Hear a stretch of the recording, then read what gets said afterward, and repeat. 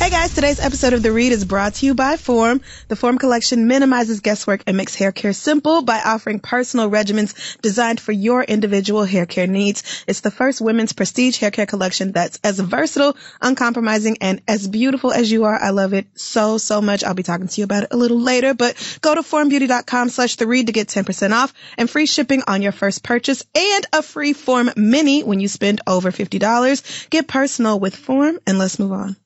This week's episode is also being brought to you by Talkspace, the online therapy company that lets you choose from over 1,500 licensed therapists. Get matched with your perfect therapist who can put you on a path to a happier life. For a special offer on Talkspace just for our listeners, go to Talkspace.com/read.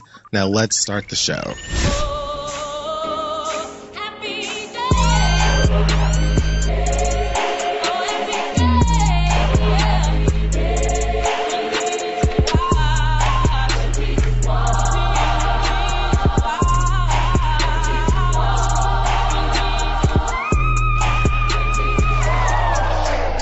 You can say what you want to, bitch, but you remember this.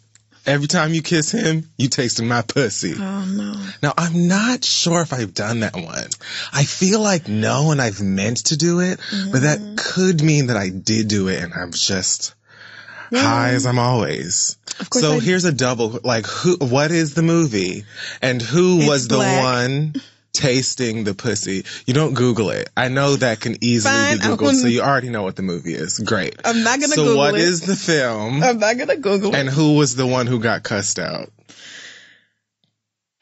Okay, wait, who got cussed out or who's... You can say what you want to, bitch, but you remember this. Now, who is the bitch that needs to remember that every time she kisses him, she's tasting some puss? I don't know. This is an iconic line.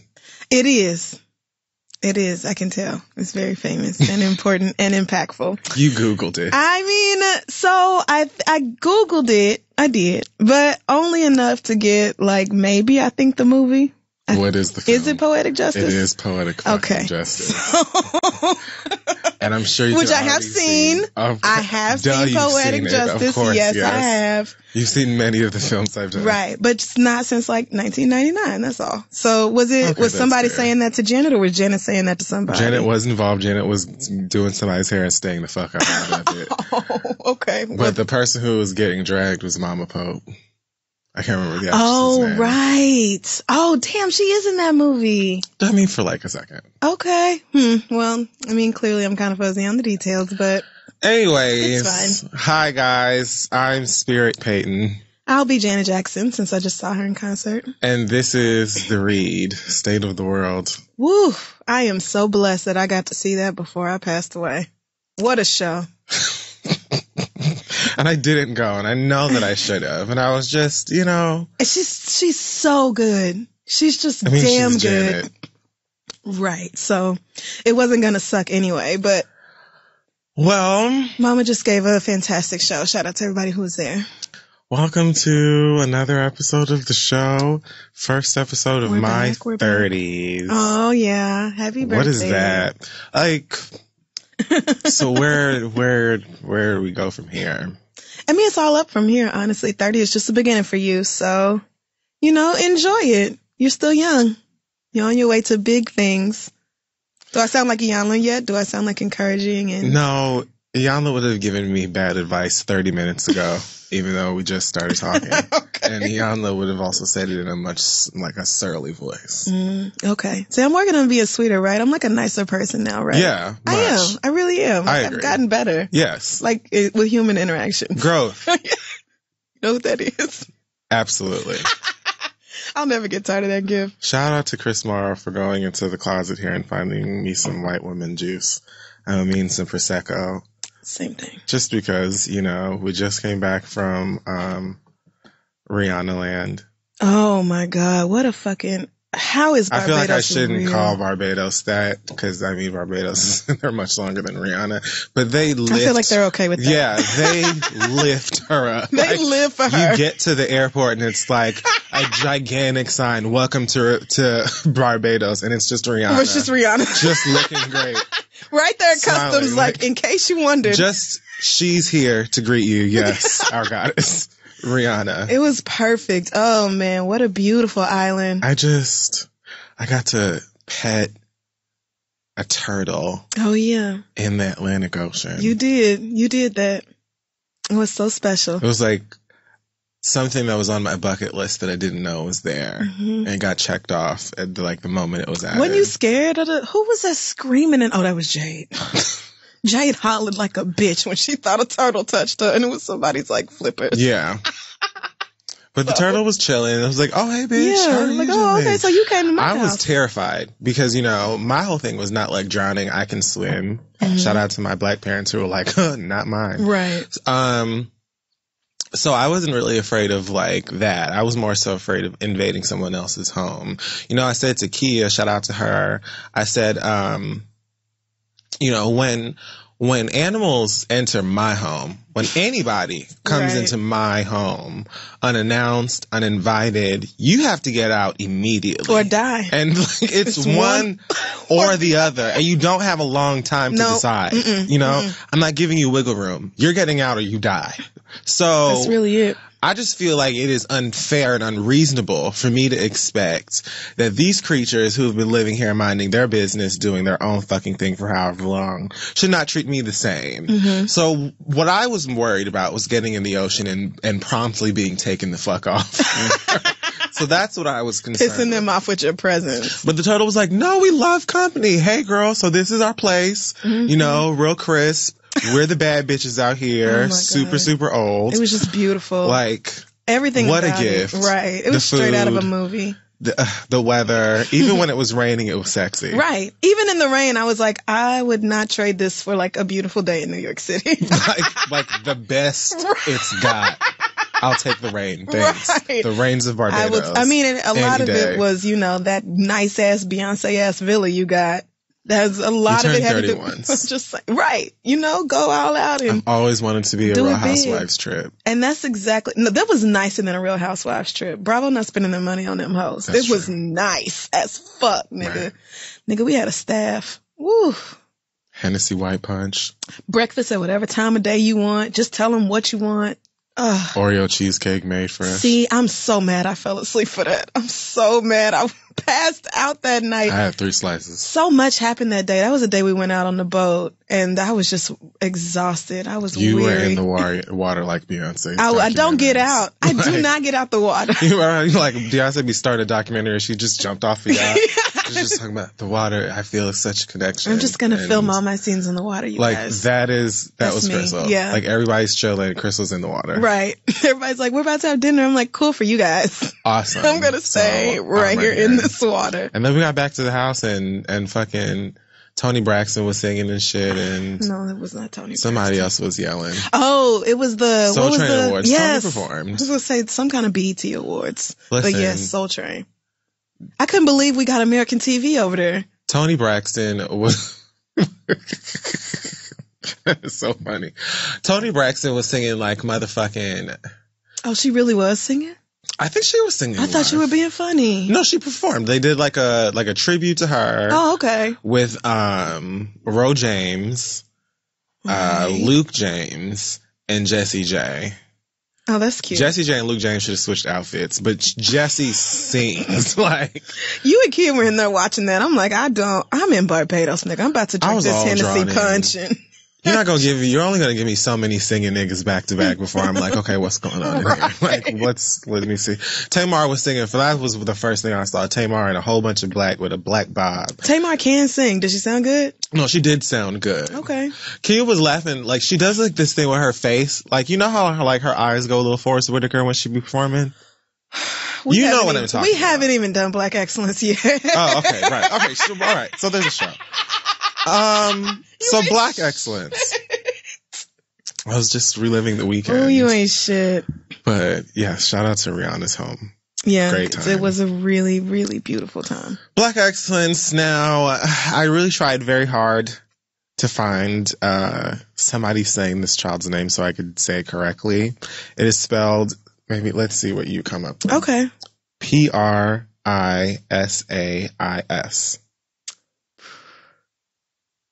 Is it precise?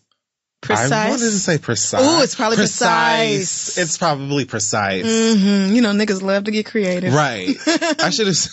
It's precise. Niggas will take like any ordinary word be like, and spell it and make it look real French. And you're like, oh, okay, that's what it is. What? Why are we like that? So let me tell you about this child, right? Her dad, I guess, is like a CrossFit trainer, fitness expert, badass. Oh, this baby black? is 4. Yes. I would love to find black people doing CrossFit. I would love it. We're going to pray for that.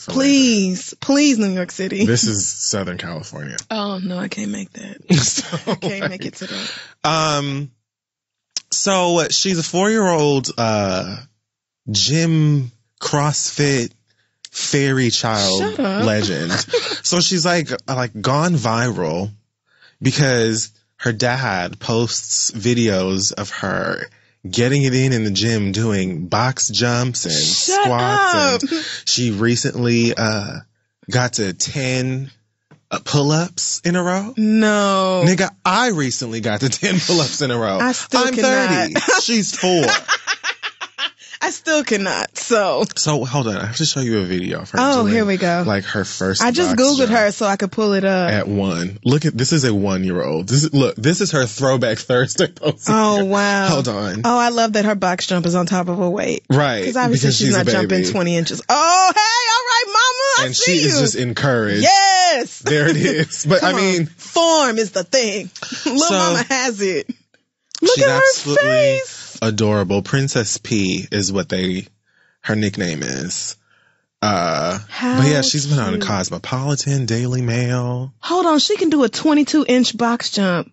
Yeah. No, I mean, that's 2 inches higher than mine. She's come a long way. No, but I'm saying like I can only do a 20-inch. Being 12 months old. I can't. She started walking at 7 months apparently, crawling at 3 months. And she's just always shown interest in working out because she would always be in the gym with her daddy. I was about to say she probably just see her daddy working out. I was like, let me do that. Right. He said that she picked up a dumbbell once when she was 1 and did like a dumbbell snatch or something without him. You know, when she started working out 3 years ago. You know, she went right. I can't. She has her own little baby barbell and everything. Wow.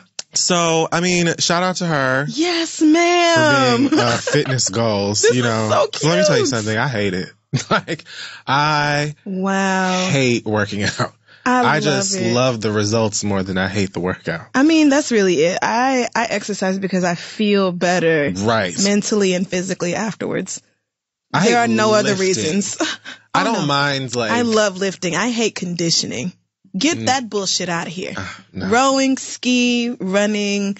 I'll take any of that. The death bike. All of that shit has to go. Any day. Give me deadlifts and back squats and cleans and presses. No, yes. Thanks. So the exact opposite. But anyway, when you are in the gym. She's doing push-ups like it's nothing. Yeah. When you're in the gym like me, on your spine, ready to ask God to just take you right then and there. You just need a little bit of motivation to get you through. Mm-hmm. Go and find Precise. Right. We're guessing. Think about this 4-year-old, right, who is out here killing her and workouts. Get these clips of her doing it with a smile. Right. She's like, I love this. Why don't you guys love this? Like, what is your problem? I actually would like an ad of this baby cussing me out when I complain. I would pay. I'd buy it. Yes. Precise needs an app. Precise, please. I hope that's the chance. I hope it is. Calling her whatever the fuck we want to. Please make an app of you adorably cursing lazy old people out like me. How cute. I'll give you whatever you need in terms of finances. This says she started to take her talents to gymnastics. So just watch her be like the next Simone Biles. This child has a 6-pack. Wow. Good night. Bye. I'm turning this off.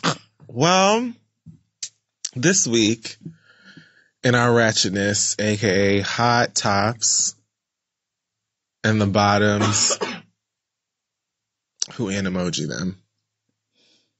What have you been doing with your phone? Nothing. I don't believe you.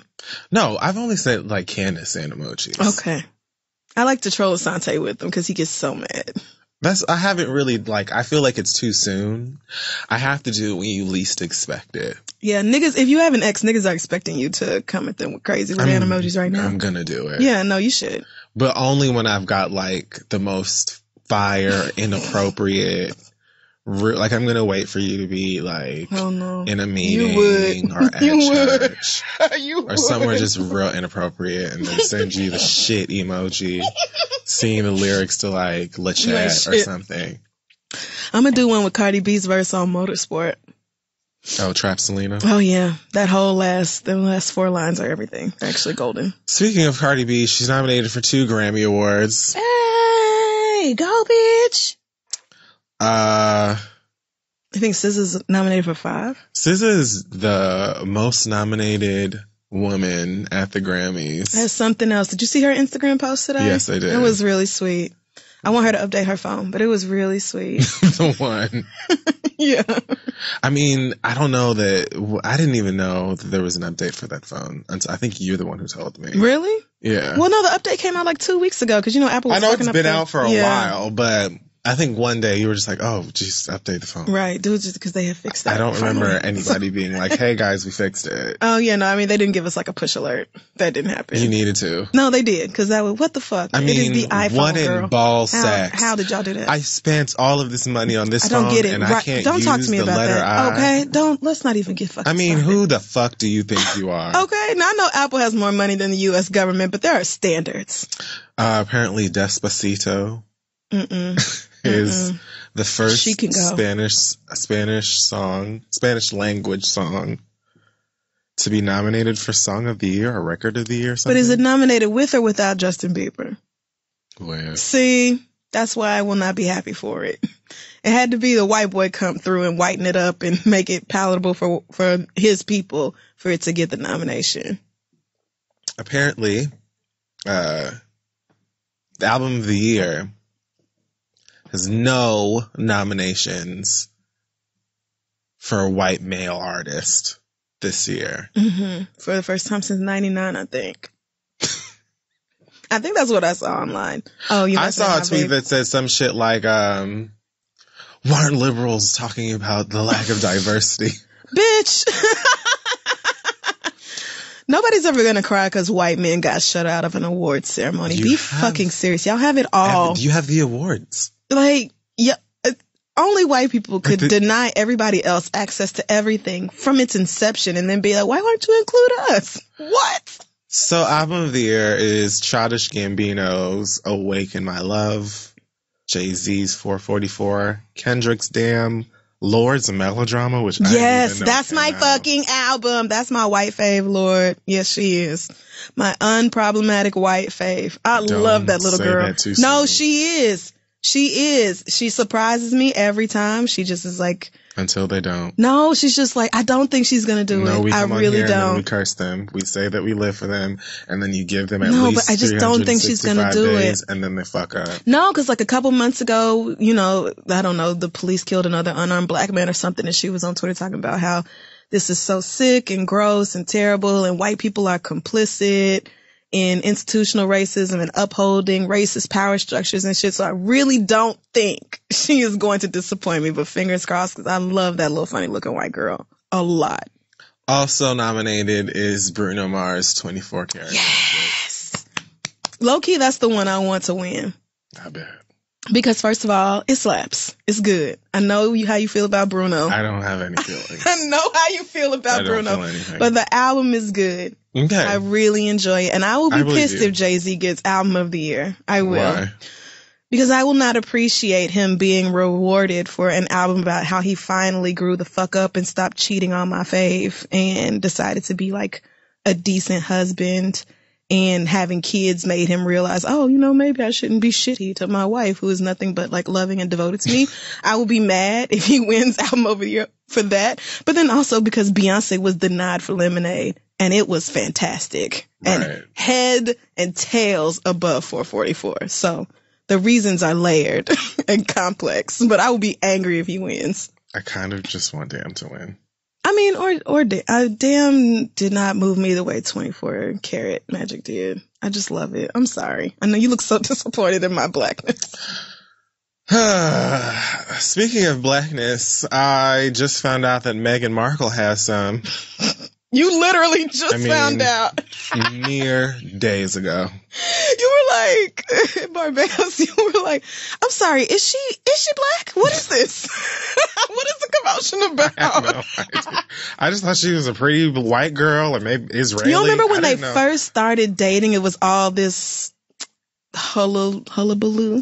Yes, but I figured it's just because, like, Prince, which one is it? Harry. Yeah. Prince Harry has a girlfriend. Like, he's a prince, so I figured it was definitely more the dating. She's a colored girlfriend. I didn't look. Okay, so here's the thing. Like, I don't really care about y'all's relationships, like, you know, that's especially real. like celebrities, and then especially celebrities that I don't really care about or pay attention to. So Prince Harry having like this pretty girlfriend, I'm like, oh, okay, cool. But then people just kept talking about it all the time, like black people. Yeah, black people are obsessed with this story. Okay. Because people are like counting it as a win, you know, in this huge, all of the drama and bullshit with England and the royal family and black people, you know, just could have never been royalty. And now this girl is coming through and marrying a prince and all this. So people are like really invested. I personally don't super care. I will definitely be here for the wedding. Can't wait to see what she wears. Can't wait to see the parade of ridiculous hats and all that again. Like, that's all fun. But Meghan herself, I'm not trying to dissect this woman like I feel like the rest of the internet is. You know what? I just finally figured out why it was so fascinating. Right, because she has a black mama. When that was announced, this engagement, I just saw all of these black girls posting about it on Instagram. That was the moment where I had to ask you, like, why are black women so excited? Okay, you know what I'm saying? And it's not to say that, like, I don't know. I don't care about this. Well, I mean, so I get it because I get it too. Black, or she's mixed, and she refers to herself as mixed, not black or white. Okay, so I didn't know I will that. call her mixed race because that is the word she uses for herself. And she does that very deliberately. She wrote an essay, I want to say for Elle maybe, about how, you know, it was so hard growing up mixed because she lived in a rich white neighborhood and people thought her mom was a nanny, and racism and all this other stuff. So she's very deliberate with her choice of words there, but also still like very much aware of like black people go through a lot of bullshit and I shouldn't be treated this way because I'm half black and da-da-da-da. So it's not like a Tamara. Which one of them married the Fox News nigga? Whichever one of them married the Republican. It's not like that where she seems to be just kind of like abandoning her blackness to create some white utopian family. Tamara said, yes, Remy, black love. And I love me some interracial love too, or something like that. Oh my God. Like, what? Tamara, shush. Shush. Shush. What? Why would you say that? We know you love interracial love. We know your husband is white. This is about black love. Cool. Like, right, no one cares. You're biracial, I believe. Right. So, like, you have a white daddy. Nobody, okay. That's another thing. Like, I know a lot of people, well, ignorant people, I saw this when we got back, were like, if she was really down with her blackness, then she would be marrying a black man and this. Well, first of all, ain't no black man Prince of Wales Meghan? Or whatever. Right. Yes. But also, her own damn daddy is white. How y'all surprised that she marry a man the same race as her father? And honestly, nigga, which one of you niggas is stepping up to the motherfucking plate talking about she should marry that nigga just for the fucking culture? Which one of y'all can like get Meghan Markle? A prince that she met and actually fucking fell in love with. Right. Bitch, what? Niggas are ridiculous. Oh, I'm sorry. My homegirl introduced me to the fucking prince. Mm-hmm.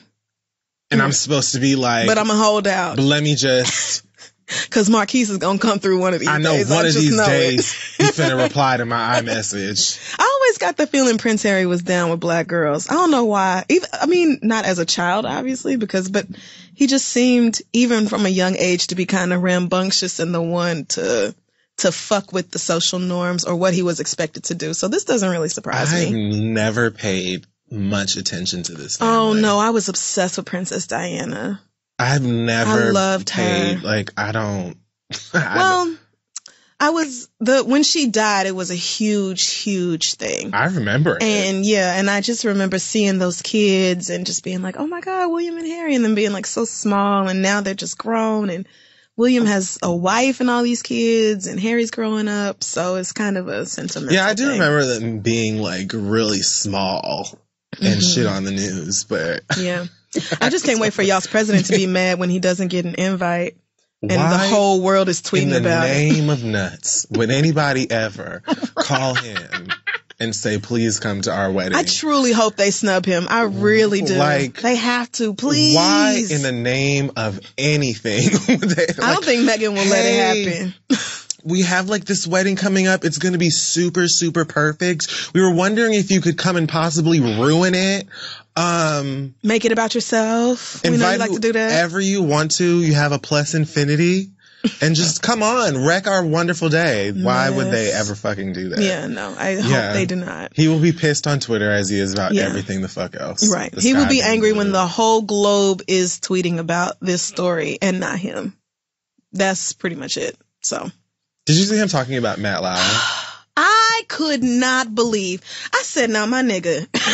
Of all of the shit. It's one thing to get on Twitter and lie. But damn well, bitch, that you ain't up here. You ain't got no room to talk about nobody else. Musty dare you. What is it, 13, 17 women who have talked about Donald Trump sexually assaulting them or mistreating them in one way or another? Girl, how do you have haven't we heard you on tape talking about you grab women by the pussy because when you're famous you can do that?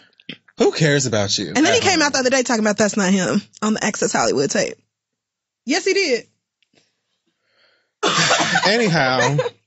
And Access Hollywood came back and was like, it absolutely is him. Sweetie, shut your mouth. I love that everybody's like CNN, Access Hollywood, Wendy's, whoever, LeVar Ball, shut your mouth. Nobody cares. CNN said they're not going to whatever it is. The White House, I'm not a correspondence dinner. I don't know what it is. Something with the press though. CNN was like, Donald Trump is just straight up calling us fake news every day. And so we're just not going because it seems counterproductive. And they didn't even invite April Ryan, but you know, they hate her. Next up. So, we can just skip through this real quick. Naya Rivera got arrested. Her messy ass. For punching her husband in the head and bottom lip. After they were reportedly arguing about their child. Sheriff's office says that she was drunk and belligerent.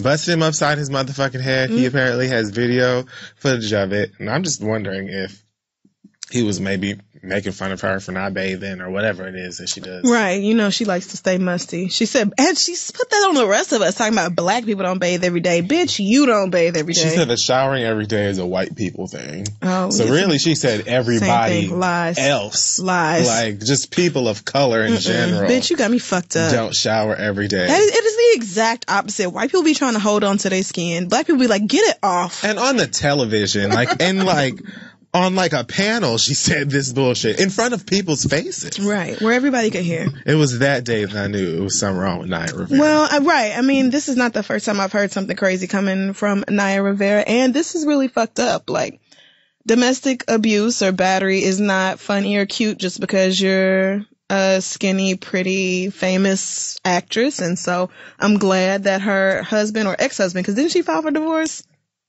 I think she did. Idea. Remember, they had set the wedding date. I think she and Big Sean, right?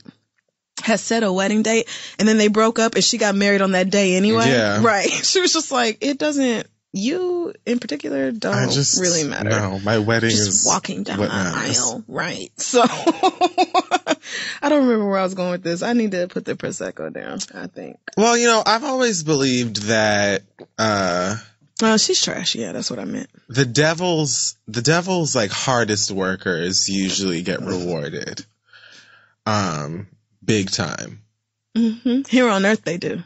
Yes, here on Earth they do. And Phaedra Parks is living proof. Right. Because she's apparently signed a contract with Wilhelmina Models. I think we talked about that for the Thanksgiving episode, didn't we? Did we?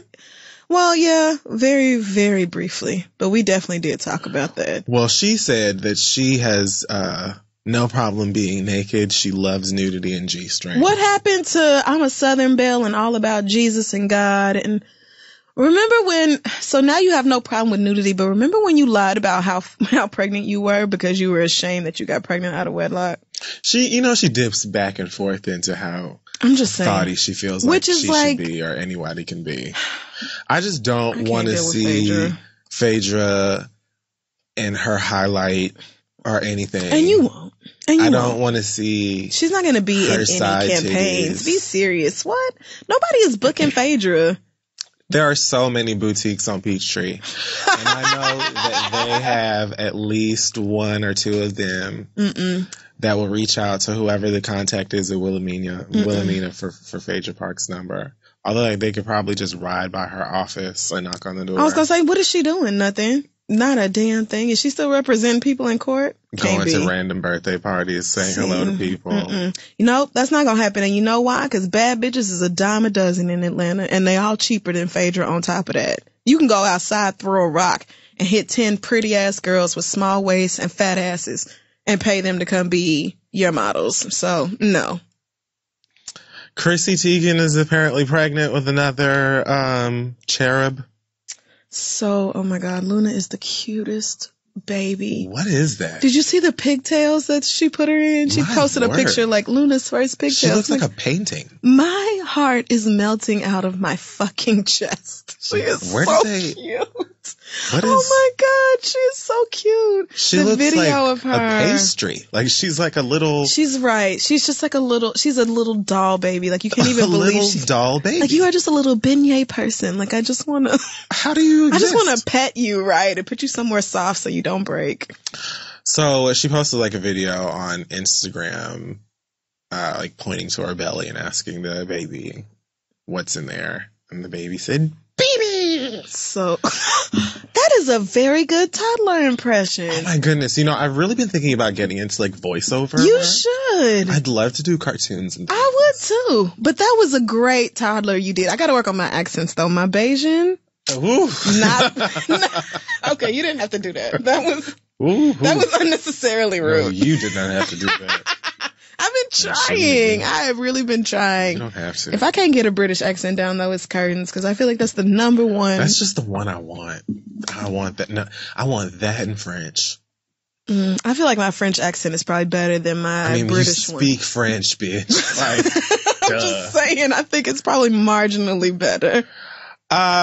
So congrats to her, I guess. I learned through this that... No? Didn't sound good? I'm so sorry to all of y'all out across the pond. Thanks. I learned that pregnancy is not only 9 months of 10 physical torture. 10, yes. 40 that's weeks. actually a fact. 40 weeks. Yeah. I think that first month you just kind of skate by. Yeah. Like, whoop, pregnant who? Yeah, whatever.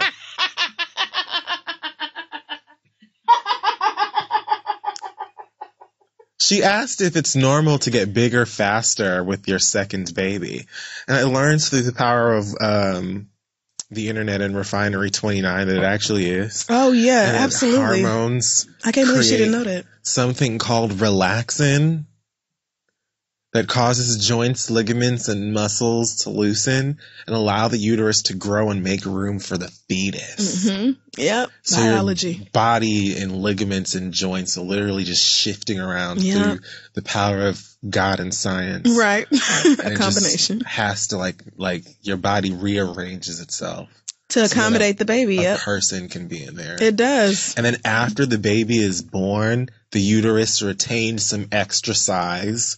So basically, it doesn't go all the way back to normal. You're not telling me this for like, you're not breaking news to me. No, I'm saying this because, my God, what on earth? Well, you see women who give birth and they still look like 3 or 4 months pregnant. Like, yeah, it doesn't just... No, like when you're pregnant again... You get bigger faster Yeah, you because do. it's not all the way, like you don't go all the way back. Right. So you start showing earlier. Your joints are still a little bit loose because of the first time that you created Everything's thing. still a little bit loose, to be honest. And your uterus is larger. Yeah. It's true. All of that is true. That so congratulations to Chrissy Teigen. Heinous. Is it heinous? It's not so bad. No, it's not. It's magical and awesome and great. I'm just like, my God, it Women sounds do like so much. the worst fucking shit to have to go through for people to be like, when are you gonna have a baby? Like, you're taking too goddamn long. You're already 22 years old and you ain't been like, I'm sorry, when am I going to have a full-on stranger rearrange the body I've known my whole life just so it can move in you just gonna have for the majority of the fucking year? Yeah, that's what you're asking me? For somebody to enter my panic room and just take a Not shot your panic room, and just stay there? You are so dumb. And oof.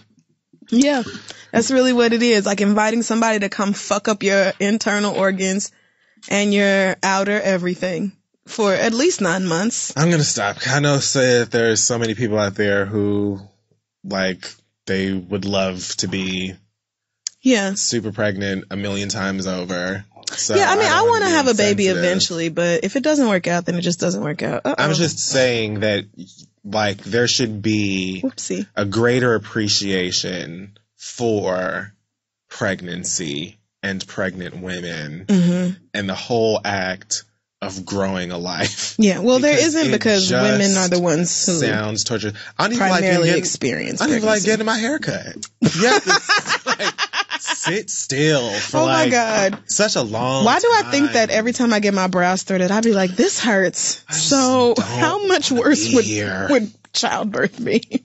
Childbirth scares the shit out of me. Pregnancy doesn't. Childbirth does.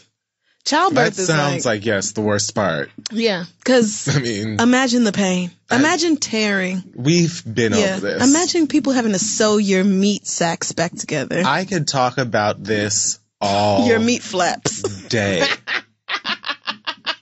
All day. It's so much. It's so much. The pain. God, I'm afraid. But I know so many women who have done it, so I guess I will too. Yeah, and like willfully go and do it again and stuff. So it must be awesome.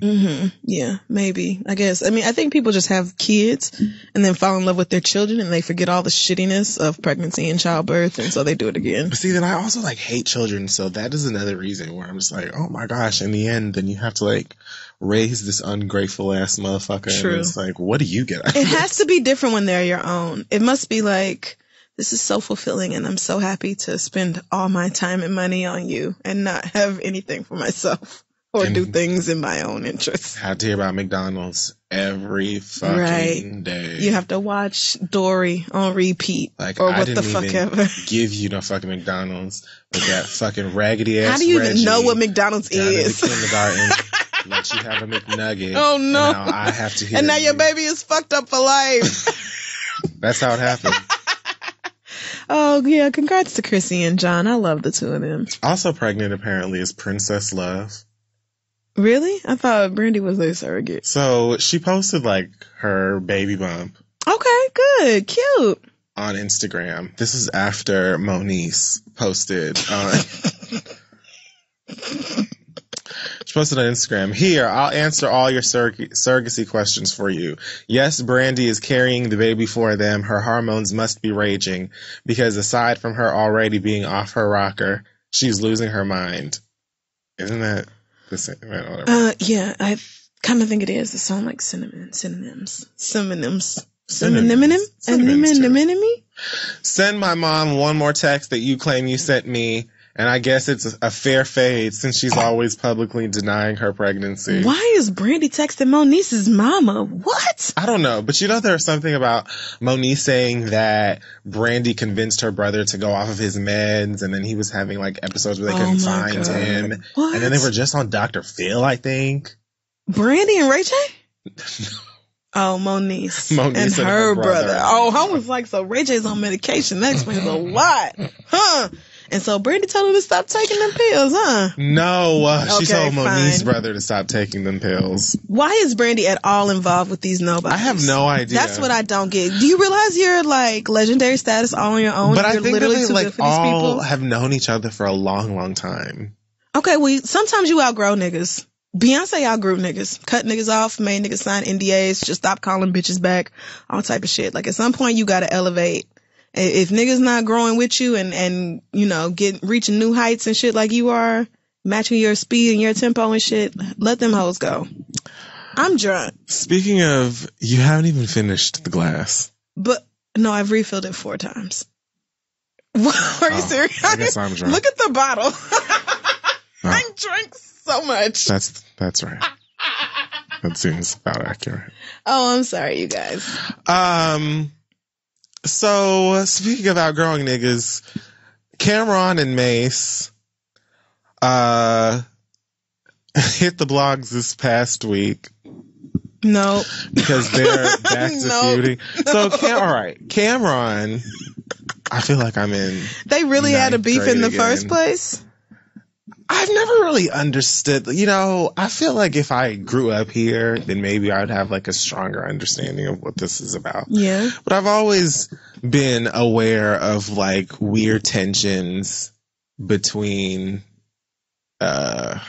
Mace and like Cam. Mm-hmm. And then I think that Jim Jones would be into it with Mace a lot in defense of Cameron and. Well, you know, I don't know. All of that shit. So, Cam recently put out a mixtape called The Program. On the very first song, he said something about how he used to have to hide Mace or protect him, take him home safe because he was hiding from some nigga. And like Mace used to pay him to like protect him or watch out for him or something like that. Like basically he just kind of like took a couple of shots at him on this song. Cool. Mace decided then to release a full diss record, like 4 minutes and some change of. Oh Lord. I'm just gonna say bars. Okay. Like I quite enjoyed it. Yeah. Like It's flames. I'm never really sure where Mace falls. When it comes to like scripture, you know, I don't know, like if he's on, you know, on somebody's stage at church. I don't know if he's like preaching still, or if I feel like he goes back and forth between the Lord's house and I hope he's done lying about Rhapsody in the Basement. He can't still be lying about being like ordained and the Lord told him to be a priest. Please tell me he's not still doing that. No, it couldn't possibly be because he's making rap songs talking about Cameron fucked his own sister. What? That's what he said. Now, today? In 2017, he said? Well, I don't know. This is what he said on the song today. Holy the song that just Now, came I know out. you do. I know you don't think I listened to a Mace song. I know you don't think that. You should listen to it. Really? I quite enjoyed it. Okay, remind me one more time what it's called. I mean, it's called The Oracle. Oh, wow. Cameron has already responded on some song called, what the fuck is the shit called? Lunch? Wow. Mace says he won unanimously in battle. Oh, girl, please. Oh, God. Of course he called in the Ebro with this. I want to hear Cam's response to this. You want to hear Cam's response to it? Yeah, to the diss record, yeah. Dinner Time is what the response is called. All up in the kitchen in my heels? Dinner time? Because if it samples Beyonce, then I definitely have to hear it. You are drunk. Why the fuck would Cameron respond to Mace with a sample of Countdown? Specifically the line saying, all up in the kitchen in my heels. Dinner time. That was I'm just saying. so off. No, I am drunk. No, what? Oh, I can't sing. Niggas know I can't sing. I'm talking about me, bitch. Oh, well, me also. Both of us, neither one of us have singing talent. Right. Where's Kia? Anyways, whatever. Neither one of us care about this. We don't. Thing. We do not tried care so about hard. this. It was exciting. It was exciting to, you know, try and be super northern with you guys.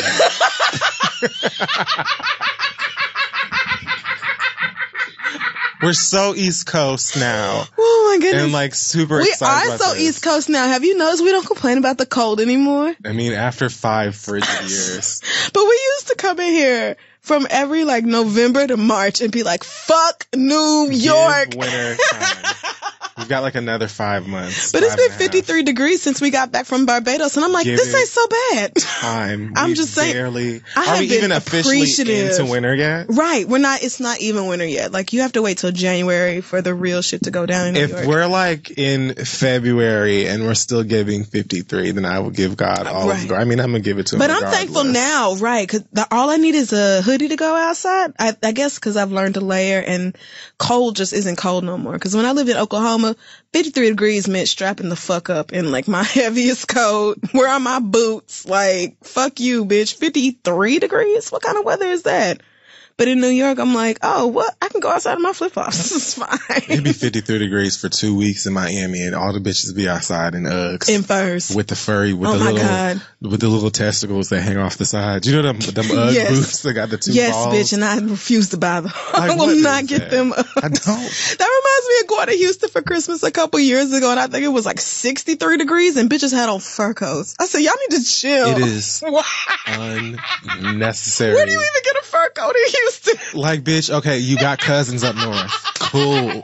Like, we get it. You have a reason for this fur, but it is not here. Take it off. It's not. You look crazy. I think I'm just getting really used to the cold weather. I think my body is. Me too. Yeah. Definitely. Yeah. And I just give God glory for having, a place with heat that I can stay at all day long if necessary. Right. I thank him for the ability to say, oh, is that snow? Well, I won't be going outside this week. Because that is a privilege. It is a privilege that you really have to acknowledge, never take for granted. No, never. Because we could be right back out here with regular jobs in a minute. Bitches have to work in the snow. Like, their job literally is to be... And New York don't shut down because it snows. No. Bitch, please. It could be 2 feet of snow outside, and they'll be like, if the trains are running, then you need to have your black ass at work. There's places like...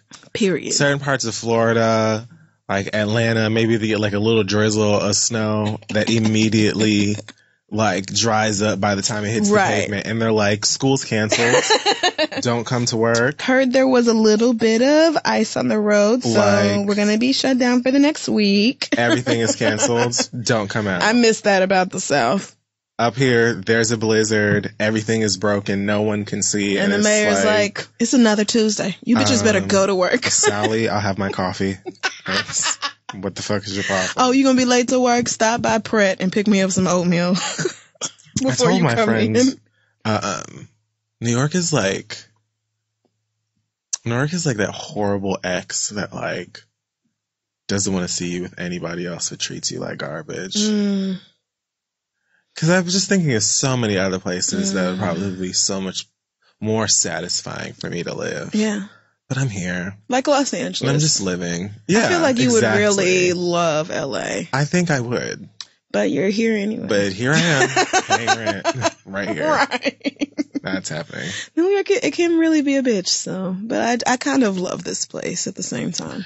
It's, it's got its ashiness. It's a barnacle on my shoulder that I kind of love. Like, I don't really want to take it off because at this point it would hurt too much. It's like a sexy scar. I'm used to it, right? You're like, woo, what an ugly time in my life. Right. But I'm going to cherish it anyway. I've grown so much more from that wound. Oh, there you go. Look how deep we are. We are really powerful. Oprah, call us. We could easily replace Iyanla. You know who else is deep? I have mammy titties and everything. B.O.B. Bitch. All right, cut it off. That's it for hot tops and frigid bottoms. We're taking a break. This nigga said. So this is apparently something that happens like almost a month ago, but I'm just hearing about it this past week because each and every single one of y'all sent this to me. This nigga posted some hotep shit on Instagram of some nigga talking about how the white man changed space and time. We're not doing that. So that niggas would be, what did he said, he pronounced disoriented wrong, I feel like. Did he really? Wait, what was this about? Was this the spaceship thing? Because the elders always taught us that all of original places, each one of them was original places, place names of places over here, and was at a later date transferred overseas to confuse us, because when the European came to power, what he did was change up chronology and geography, or the time-space coordinates, the time-space? Disorientate. That's what she said. The time-space coordinates? What are those? They changed geography. Well, they kind of did, because that nigga Columbus did think he had found India. He thought he had found India, which is why we call these people Indians. But he's trying to say that these niggas moved shit around. Space-time coordinates. I won't deal with that. I won't. And then this nigga B.O.B. posts video of a map. No, I won't do that. I don't even know how to word this, but it's basically like a compass, I guess, in the corner of this map. Okay. But it's like upside down. So the way he's recording it is almost like to imply that now I gotta find nobody knows where north is, or it's like some dumb shit. The map is literally just like, what is it, Louisiana Purchase Exposition. It's like a carnival or something. Bitch. And it's literally just stating that this direction is north, and like, nigga, what? Like, you didn't find some ancient artifact that is proving that white man created some sort of conspiracy in what direction is which? Like, what? What is wrong with this nigga? Anyway. This is about the slavery thing, right? This is the caption. Okay. They say slavery lasted 400 years. America is only 250 years old. Right, nigga. Which, meaning slavery happened before America was established as its own independent nation.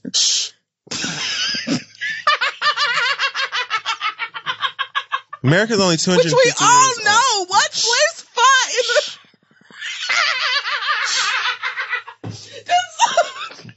See, the problem is that you went to your fucking high school. And they brainwash you into believing what the white man wants you to believe. Oh, about the Revolutionary War? You ever seen a slave ship? They can find a billion-year-old dinosaur bone, but can't find any slave ships.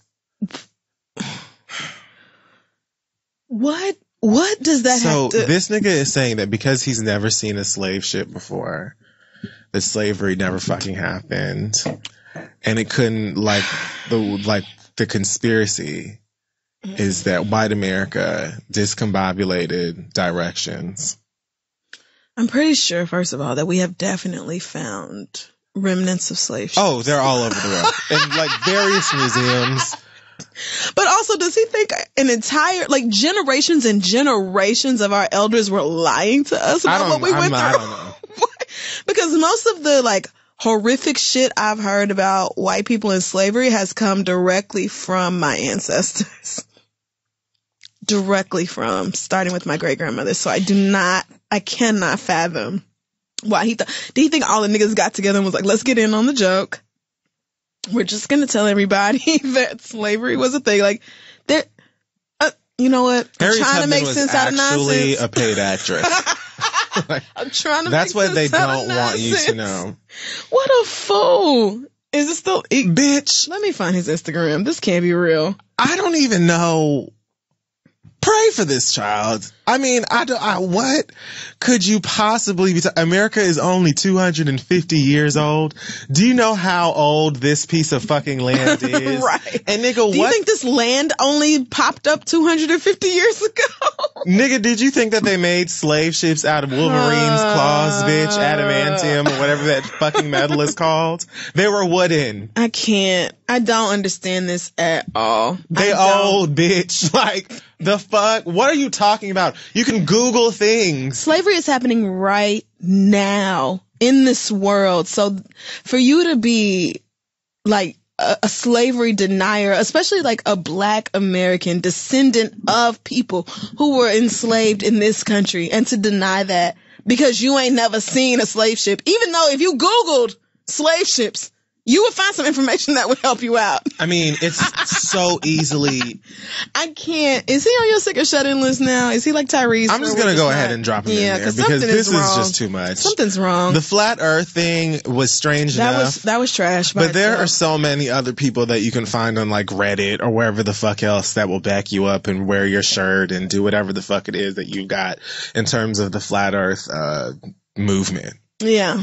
But your whole entire black ass going anywhere trying to deny slavery took place because you've never seen a slave ship before is so fucking stupid. No, it is. There's no nicer way of saying it. It's just fucking ignorant, nigga. Really? So everybody's lying to you then. Why would anybody make up a story like slavery? Why? And then for the whole fucking globe to go along with it? That sounds more plausible to you than it actually happened. And then the reason being that dumb too. Cause I ain't never seen, have you ever seen a slave ship? I ain't seen too many ships, period. Much less a slave one. What are you talking about, bitch? That does not mean it didn't happen, you dumbass. He sounds like Tyrese. He really does. Talking about, oh yeah, Will and Jada never promised me $5 million. No shit, they didn't. No fucking shit, they didn't do that. I've never seen Australia before. So for all I know, either. It isn't even there. The globe says it's an island somewhere over yonder. But you know what? The white man made that globe. You know what I'm saying? That's right. Stay woke. And it's actually like real flat, like them rectangle pizzas you get at Pizza Hut and shit. And if you look at it with your third eye. Absolutely, you have to. I mean, this nigga is a nutcase, like through and through. Damn, that's BLB, pretty just the end of it. What happened to beautiful girls all over the world? That was her? Called? Yeah. Oh, they got was nothing, him and Bruno Mars. Nothing on you. Yes. Oh, that's why I liked it. Damn, I guess it was. Fucked up. And that was before his Jigaboo era. Well, but I mean, B.O.B.'s Twitter has gems that's like sad place. Earth is not a place, it's a state of mind. The subconscious mind existed before the Earth program. What the fuck does that mean? Although the Earth program? Although some people were born here, in quotation, it is not actually what it appears to be. What? He posted a meme that says a mental construct called Earth, created by collective unconscious. Okay, Earth is not a mental construct. Earth is a real physical construct that we are all on right now.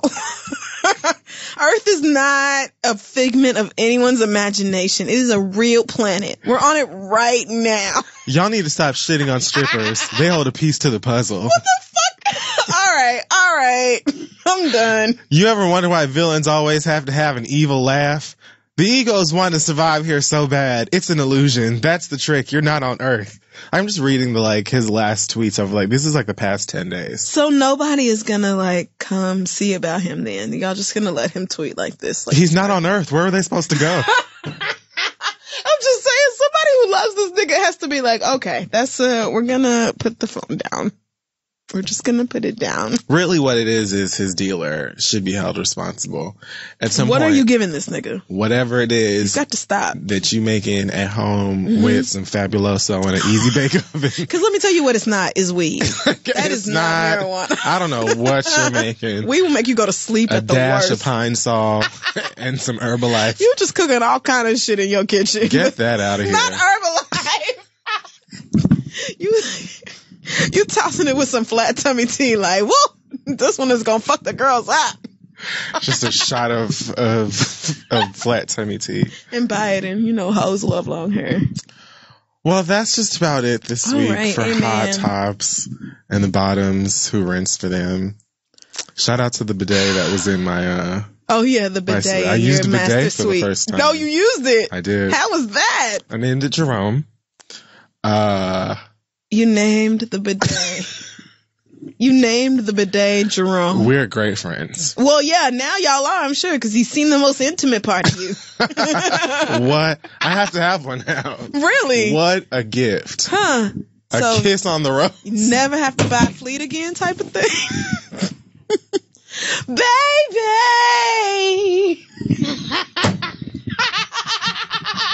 I don't care who laugh, who don't. That was funny. This is why we're not supposed to drink when we tape this fucking show. That was good to my soul. All right, let's take a break. Lord.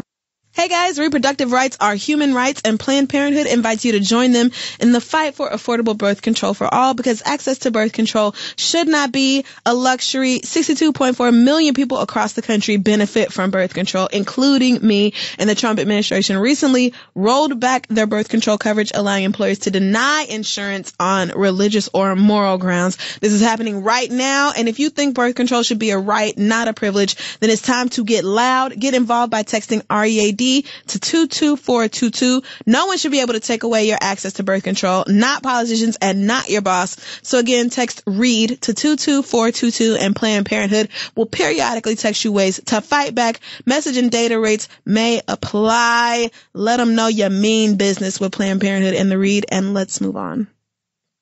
Okay, so we're back. It is now time for listener letters. Send your questions to asktheread@gmail.com. We may just read them aloud on the show. Lord, there's always so much in this. You know what? Let's just start with a lesbian.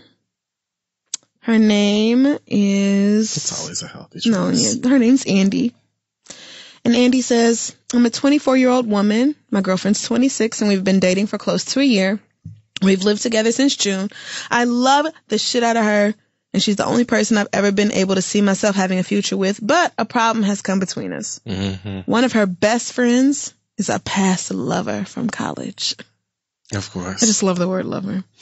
They talk almost every day. We've talked about their history together multiple times, and she says it's like they're two completely different people from when they dated and never even think about their past relationship. Mm-hmm. It was a friends with benefits type situation where the friend was using my lady even though she knew it was destroying her.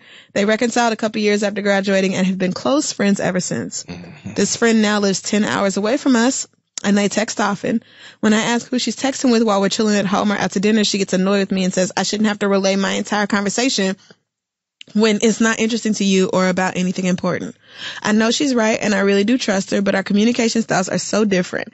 I only have a few friends I talk to regularly, and she has many friends from college who message her constantly throughout the day. Am I wrong for letting this bother me? Why can't I let the history she has with her friend go? Thanks, Andy. And I mean, you've got trust issues, I guess. Here's the thing. So many of y'all write in here and be talking about, I trust her, I trust him, and I really do trust her, and I have all of the trust in him. You really don't. And then you're like, what do I do? Because I don't trust this bitch. That's essentially what you're fucking asking. If you trusted her, you wouldn't even be asking us for anything. What do you mean? Like, because there would be nothing to ask, really. There would be nothing to ask besides, I guess, the fact that you're annoyed that she'd be texting people all day long. But I mean, I don't really see the problem. If she has a different way of interacting in a friendship than you do, then that just kind of is what it is. If you feel like neglected or you feel like you don't have, a strong enough connection or bond with her because of the constant texts from the friends, then I guess that's one thing. And that's like a separate conversation. But you sound more concerned about the past relationship that she had with this best friend. Oh, definitely. The fact that they used to fuck around is fucking with you. Right. So that's just the thing where you're going to have to ask yourself what you're going to do. Are you going to let it bother you to the point where you're going to have to decide whether or not you want to be in this relationship, or are you going to just suck it up and live your life and be comfortable? Because here's the thing. If it becomes an issue where she starts to fuck around with her past, you're going to find out. Like, that's just the thing. You're going to find out one way or the next. You don't even have to be. She told you the truth about it. Right. But, I mean, that doesn't mean she's going to tell you the truth about every fucking thing. But that's also true, but the friend lives 10 hours away. So if she was cheating, I think you would know. She doesn't have to be cheating. Listen. Oh, Lord. Here we go. Somebody with feelings. It's not like it's not impossible for this to happen. No, it's not impossible, but... And they don't necessarily have to be in the same place at the same time. You either going to trust her or you're not. That's essentially where I'm going with this. Cool. You're either going to trust her or you're not. You already talking about you trust her, although you're not clearly telling us the truth. But if you're deciding that that's what you're going to do, leave it alone. Stop pressing it. Don't let it affect you.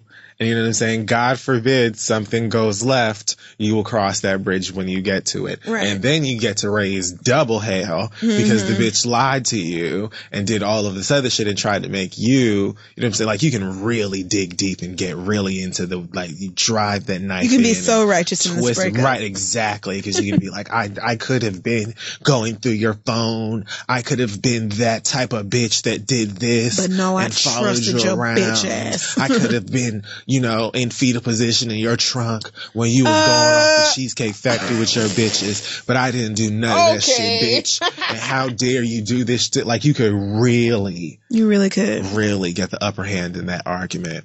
But if it's really gonna fuck with you that deep, then I guess you could go ahead and say, hey, I don't like this shit, so what, you want to leave me? Because I don't really know what other choice you got. I mean, I'm friends with a couple of my exes. And so if I was dating somebody who really had an attitude, because I'm texting somebody that I used to fuck around with in like 2008, I'm going to be like, okay, well, you can move around. Because it's just ridiculous to think that it's ridiculous to be in a relationship with somebody you don't trust, period. Like, right, period. The fact that we used to fuck around or whatever, it is what it is. A lot of people are friends with exes or people that they used to sleep with, but if you don't trust me to not go out here fucking around on you, then we don't have no business being together. We should just be in a situationship, which actually sounds so ideal. Yeah. I don't know why y'all dislike them so much, because they sound perfect. Because they're temporary. Right. That is my whole point. Yeah, but they don't usually end. You get you a little fake relationship. You'd fuck around with somebody for a little while and do like little date shit with until you find somebody you really want to be with, and then you go be with them. How is that not perfect? What? So it doesn't usually end up going like that. Well, that's because people never want to accept the truth.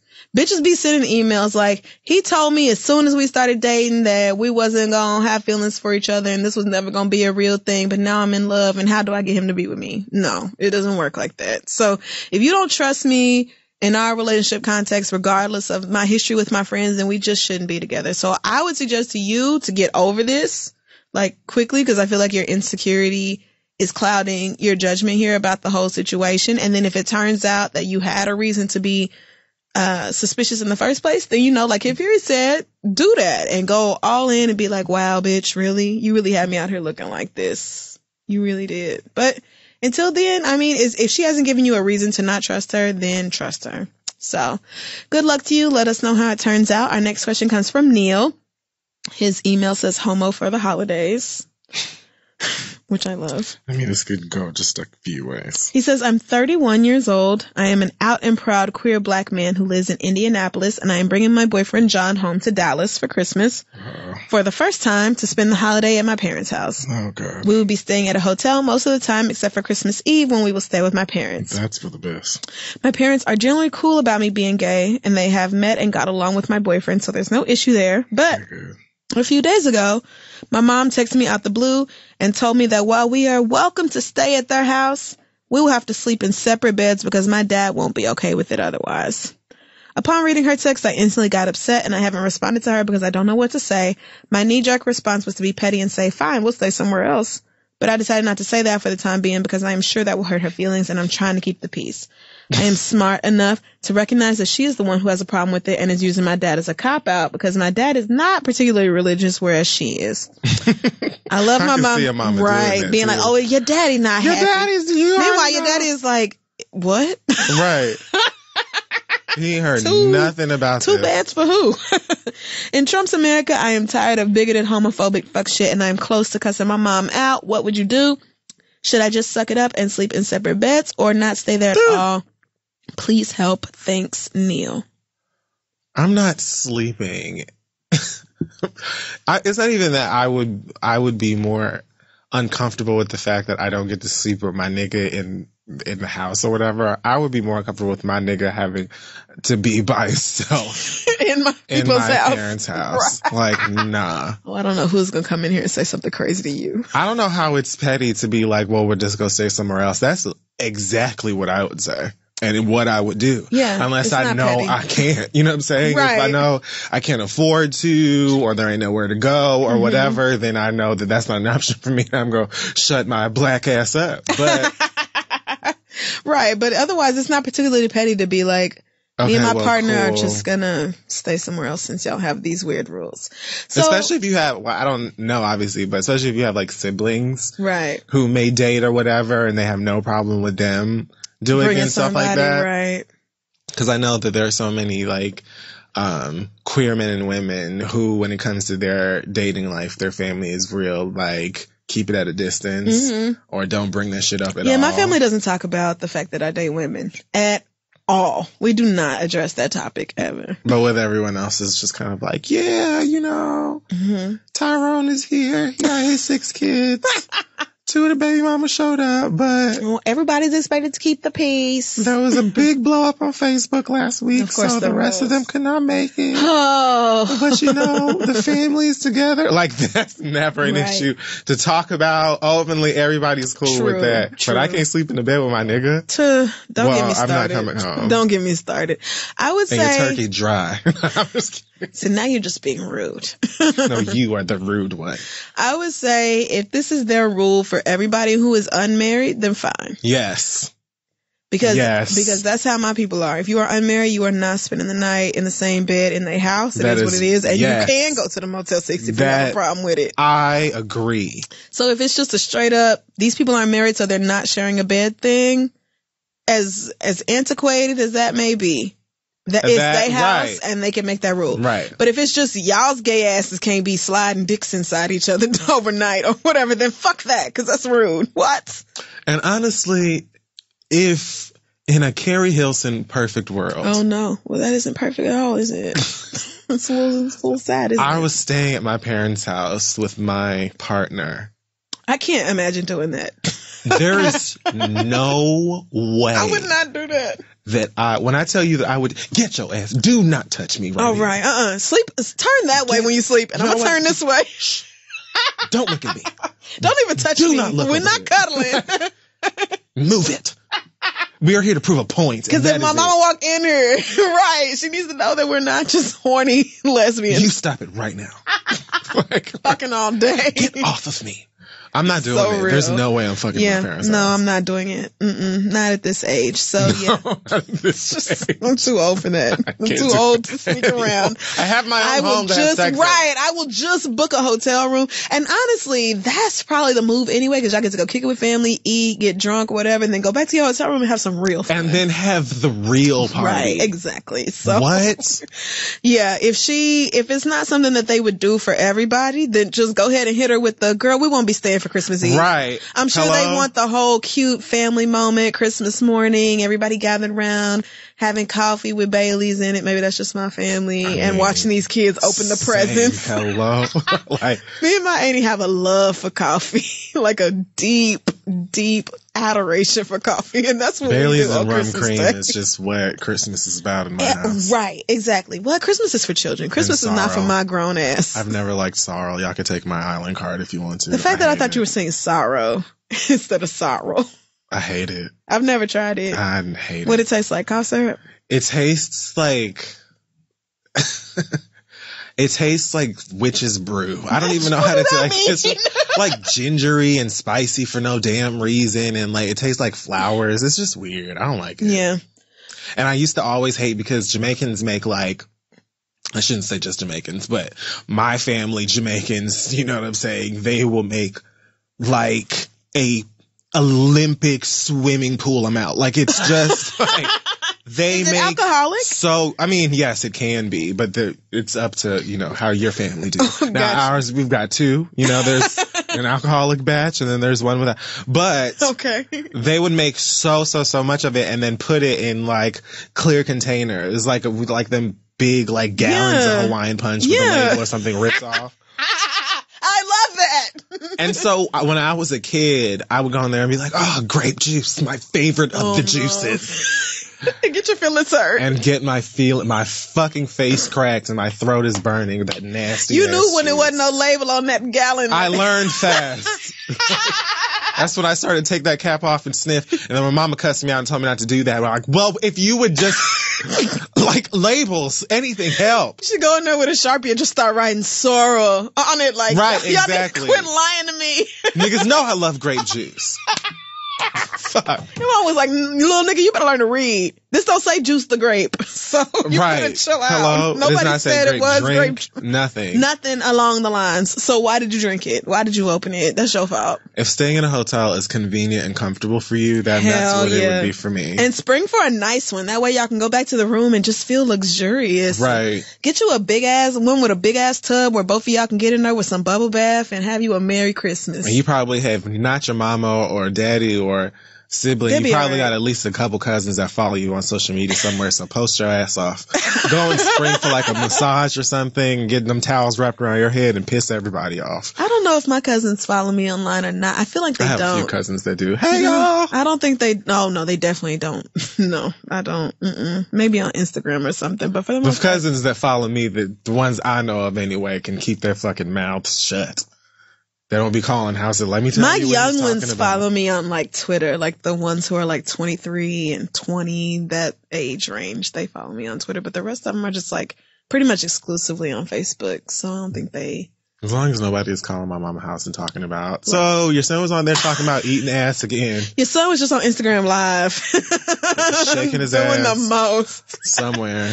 Speaking of shaking his ass and all the things Kid Fury was doing over this past weekend, our last letter comes from, let's call her Babushka. Babushka says, Kid Fury, your booty looked fantastic in your birthday Insta stories. Thank you. I have a fucking dilemma.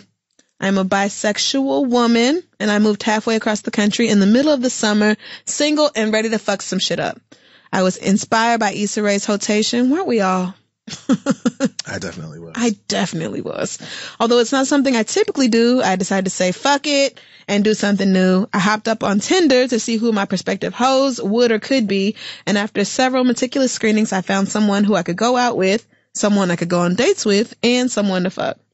None of these positions were to change at any moment, and these people were very aware and compliant parties. The Hotation was perfect, but 2 out of 3 people started catching feelings, so I had to cut them off. And now I'm only down to one nigga, the nigga I was fucking. While all this shit is happening, I met the love of my life at a festival in August. Oh, no, you didn't. When I first saw her, my life stopped. I heard Mama Whitney in the back of my mind singing, I Will Always Love You. Oh, my God. It was sickening. So we've been talking and digging each other ever since. We've told each other how we feel and have decided to take it slow by building a friendship. Yeah, right, Dykes. Then progressing from there. We aren't together, but we are low-key, high-key, heavily talking and spending physical time with each other. She is perfect. When's the wedding? Right? Tomorrow. The dilemma is that I haven't been fucked. Oh, no. Sorry. I put that in there. Oh, right. I haven't fucked or been in contact with the Hotation nigga since October. He popped up in my messages again with pictures and videos talking about what he wants to do to me, and I am shook to the core. I feel like I'm being tempted by Satan and I want to give in, but I'm conflicted because I don't want to fuck things up with Bae, but we aren't officially together yet. Should I cut this nigga off completely? Because honestly, no dick is that bomb to compromise something so potentially great. Please tell me what the fuck to do. Thanks, Babushka. See, Babs, this is the problem. And I feel like you picked that name just to call her Babs. I kind of did. Oh, no, you did. Niggas. So I was reading some thread, maybe it was on the Shade Room or something, but this girl was talking about, like, being in a situationship without a title. It was like, having a bond with no title or whatever. The situationships. Like right. That's exactly what that is. A bond with no title. The title kind of helps you establish the parameters of the relationship that you have. So you know what you can and cannot do. Mm-hmm. But you can also just simply have a conversation with them about it. It doesn't seem like, you're talking about you're not officially together. But then you are tempted. Like, if you're not officially together, then go sleep with the nigga if you want to. Like, what the fuck is the problem? Exactly. If you are together in a capacity where you should not go and sleep with him, then, like, it sounds like you're in a relationship or exclusive or committed to this person. Because if you're simply dating someone and you like them and y'all kicking it and you having a good time, but you're not with them, then you going and sleeping with this guy, no strings attached or whatever, shouldn't be a problem. So if you haven't established those boundaries, I would go ahead and make sure that you have a conversation, because she could probably be breaking backs all around town. That's exactly what I was going to say. And, you know, not saying nothing to you and not feeling no kind of way if you were doing it or whatever. Because you're not officially fucking together. So you over here trying to be faithful to somebody that's getting her back blown out as well. Right. So like why? What?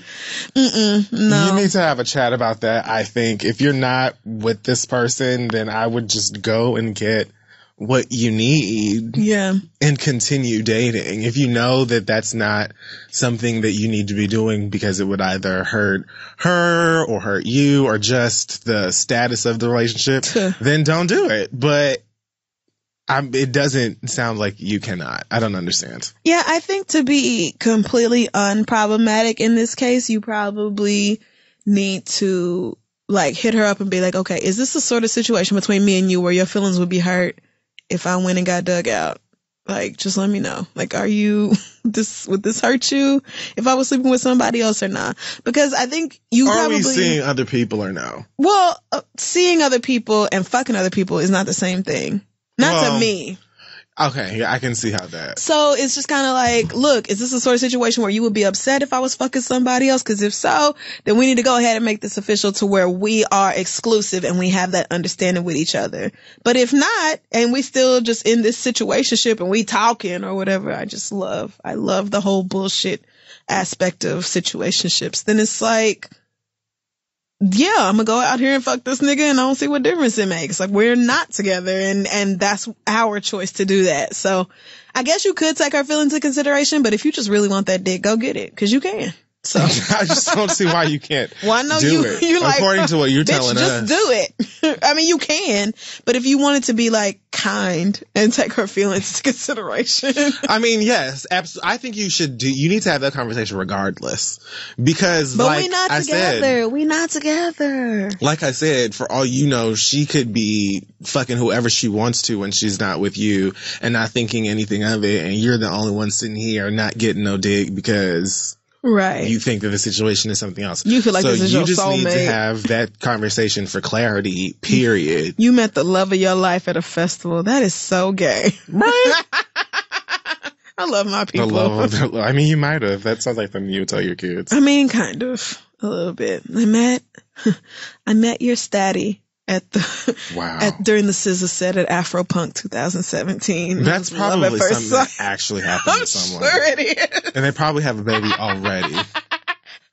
She's pregnant right now. Yeah, definitely. So good luck to you. Let us know how it turns out. Send your questions to asktheread@gmail.com and we'll be back. Hey guys, support for today's podcast comes from Me Undies. Every year, millions of people receive the least liked gift of all time, underwear. But we still give it to our family and loved ones who just don't want it. Maybe it's not that underwear is the problem, but the kind of underwear. Mm-hmm. Well, if you've been thinking about this special type of drawers to bless your loved ones with, we're here to tell you that Me Undies is the direction to go. Maybe you've never tried a bidet for yourself, but the closest drawers I've ever worn to giving you the soothe satisfaction of that a bidet can also give. Me Undies. They are made with a bidet-like fabric. That is not true. It is 3 times softer than cotton. That as well. Right. This 3 times softer than cotton, sustainably sourced fibers that just feel like a gentle hug on your behind. They make an amazing gift. They've got all different kinds of styles and colors. Whatever you want, you can get your exclusive 20% off deal on underwear and socks, free shipping, and 100% satisfaction guarantee. Just go to meundies.com/thread. That's meundies.com/the READ. Tell them we sent you. Now let's move on. Hey guys, today's episode is also brought to you by Stamps.com. Holidays are always the busiest time of the year and we are right in the thick of it now. But with Stamps.com, you'll get a chance to save time this holiday season. Stamps.com brings all the service of the USPS right to your fingertips. You can buy and print official U.S. postage for any letter, package, any class of mail using your own computer and printer. Then the mailman picks it up, which means if you want to send your auntie a check via first class slow ass mail, you can do that thanks to Stamps. And if you need to overnight a computer to your nephew in New Mexico, you can do that also. It's just that easy with Stamps.com. They make it so simple and they can help you choose the best class of mail every time. Right now, you too can enjoy the Stamps.com service with a special offer that includes a 4-week trial plus postage and a digital scale without long-term commitments. Just go to Stamps.com, click on the mic at the top of the homepage and type in READ. That's Stamps.com. Enter code READ. I know I'll be using Stamps for all my holiday shipping this season. You should do it too. That's Stamps.com, code READ. Let them know we sent you, and let's wrap up the show. Okay, so we're back, and it is now time for the read. It is. You have one this week? Yes, I do. So I want to say again that our trip to Barbados was absolutely magic. Beautiful. It was so great. It was awesome to be on an island in the Caribbean that I have never been to before, and it was so cool to see like all of the similarities between that island and Jamaica, which I know so well, and the food was amazing. The people were all so kind, except for one guy. Well, kind. Never mind, I know where this is going. So we went to like a shopping mall in the area that we were staying. And this guy who was a taxi, a cab driver, I suppose. Oh my God. One of those people who like stands outside in like the parking area or the pull-up area, whatever you would call it, and kind of waits and offers people cab rides. So like first of all, let me just give a quick sidebar fuck you to the nigga who picked us up from the house and took us to the mall and charged us $40 down the street, a y'all. 7-minute drive. I was like, 40 US? I'm sorry. That can't be real. How many dollars? Like, what? And he's like, well, yeah, cause you know, it's the price per person. And he said like something like it's $20 minimum. And then it's another 20 cause y'all got extra people in the car. And we're like, that doesn't make sense. That makes no sense. Yeah. When somebody was like, he charged y'all because he saw where you were staying. I'm like, that makes more sense. Exactly. You knew we had $40 US dollars. And I knew that from jump. But and we I'm just not didn't even argue with him. particularly mad at that. We didn't even argue with him. I mean, it's annoying, but that wasn't what pissed me off. Right. I just wanted to give a sidebar to that just because I that was crazy. That was wild. We went down the street. And he said it like it was nothing. Oh, yeah, right. 40 US. 40 US. We're like, hold on. Oh, no, this can't be serious. What? No, what? A bottle of Henny White was 49 US. This can't be right. Like, this can't be correct. So anyway, so we were coming back out and we're trying to get a car to go back to the house. Alex, my manager, went to this guy and I guess had the conversation with him about taking us and where we were supposed to be going. And at the time we were going in 2 different directions because y'all were going to go to another shopping area. Yeah, we were going to go into town. I was going to go back to the house. I think Dustin was going to come with me. And, so we have been standing out. It's raining and we're like standing out underneath like the little covered driving area. Had to have been out there for like a strong 20 minutes. Yeah, we were waiting a long ass time. And I don't remember if it was for like one of the vans to show up or what, but it was like we were waiting for a long ass time. And so all of a sudden, this man comes out of nowhere with this older white couple and says to Alex, he's going to drop them off somewhere and then he'll come right back for us in 2 minutes. Like, no, sir, bitch. So Alex was like, what? And Dustin steps in and Dustin is like, okay, so what's going to happen is you're going to drop the 2 of us off first and then come back and then you're going to take the 4 of them to where they need to go.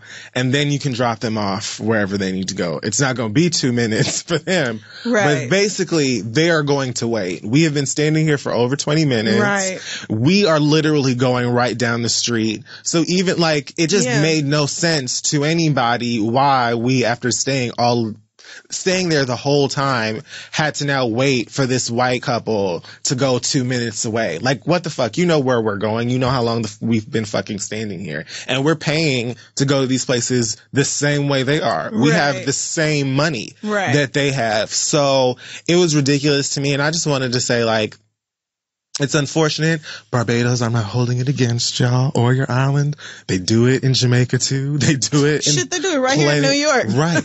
They do it all over the place. There's so many places, unfortunately, even in countries that are like predominantly black, that you can go there looking just like these people and they will treat white people much better than you or give them like extra care and privilege and stuff like that just because they're white. My nigga, we carrying this at the exact same currency. Right. And they didn't even, like, they knew the white couple, of course, did not flinch, didn't look, didn't say nothing. They looked knew, like they expected it. Right. To be accommodated over us. Exactly. They knew exactly what was going on. Yep. They sat there and listened to everything that we were saying. Could have very well been like, oh, just go, drop them off and then we'll wait or whatever. No. They didn't say anything at all. And so this nigga just giggling the whole time. Oh, it'll be 2 minutes and I'll be right back. No, bitch. It was that we were waiting on a smaller car. We had a van ready to take everybody into town who wanted to go. And we were waiting on a smaller car to take you and Dustin back to the house. Right. And so that's why when he said he was taking them 2 white people, we were like, no, because he could just take you and Dustin literally down the fucking street to the house and then come back and scoop them white people. So what is the fucking issue?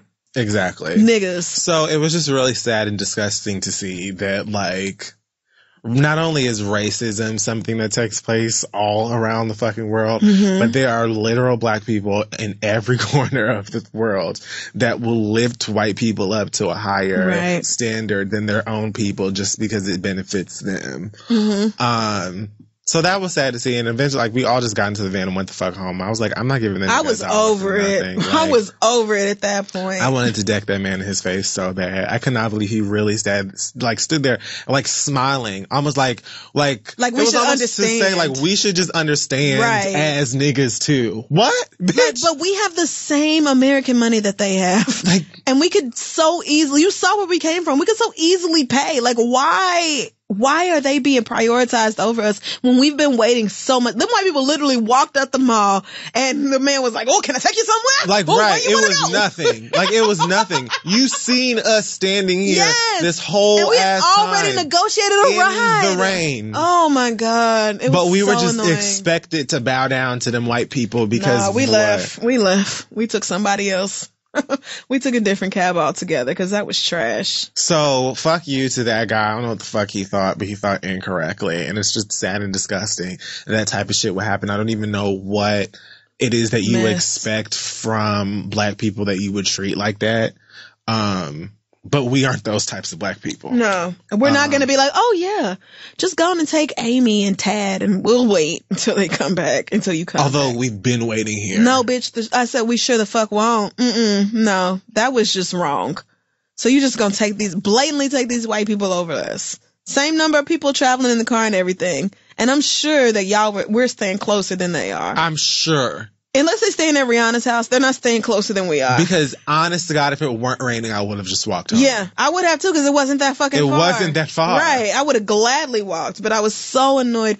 At that point, I was so annoyed, I didn't even want to wait for a van to come take us into town and all that. I was like, fuck it. I would just rather go back to the house where everything is happy and roll some weed and drink some of Ian's rum punch. Hennessy White Rum Punch. And his Hennessy White. And he wrote down the recipe for me before he left. Oh, I have 7 bottles of Henny. I have 11. This is a gift.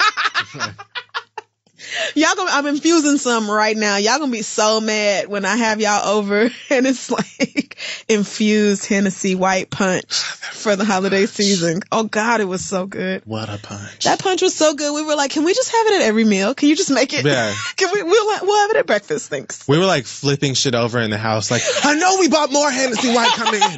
Anybody else? Somebody find a bottle. Like on the last day before we left, Dustin was literally like, I got another bottle of Hennessy White in the room. Me and Jay were like, what? Why didn't you say anything? Quick! Make some punch, Give it in! Quick!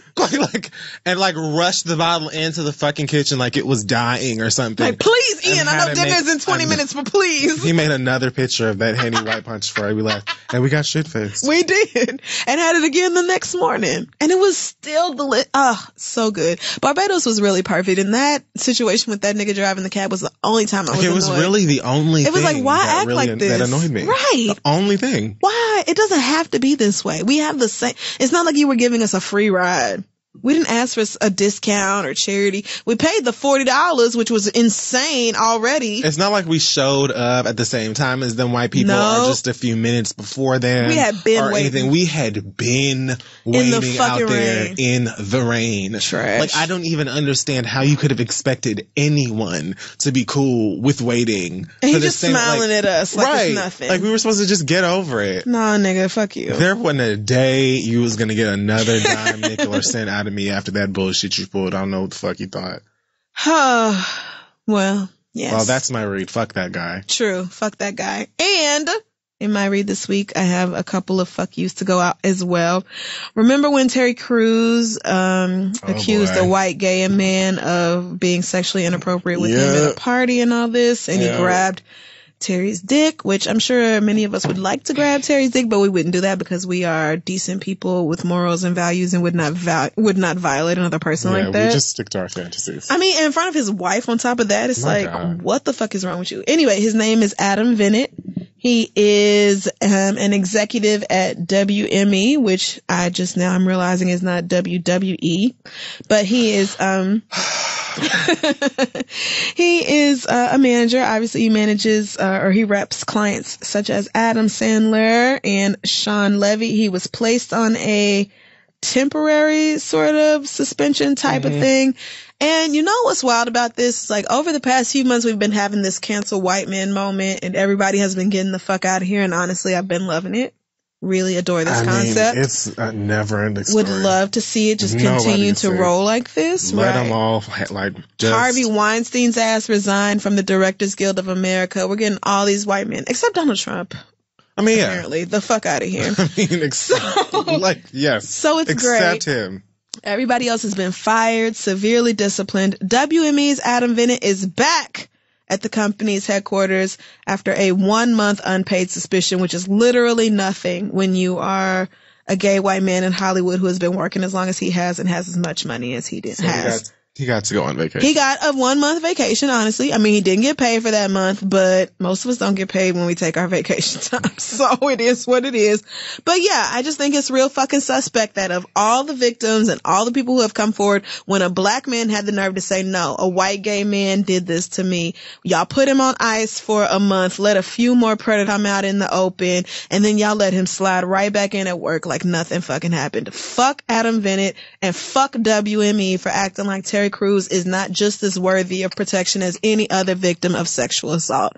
Fuck y'all. I don't care if he's a big ass muscular black man who could easily pound you and everyone of your lineage into the goddamn dirt. That man deserves to not be sexually assaulted, and that's exactly what happened to him. And when y'all act like white women's sensibilities are more important and, oh my God, somebody violated such and such lady, so let's get them the fuck out of here, but then act like when it's a black man, oh well, it's not no big deal and we'll just hold it on, below the surface so nobody pay attention and everything will blow over and then we'll just let him come back because it's just some nigga and it is what it is. I don't appreciate that. So fuck y'all. Adam Bennett deserves to be fired, just like the long list of white men who have gotten the fuck up out of here. I also wanted to talk about Ryan Leslie for a few moments. Oh, wow. Yes. Because completely forgot about this. This is so wild. Ryan Leslie lost his entire music catalog behind this. So if you remember years ago, we may have talked about this on the show.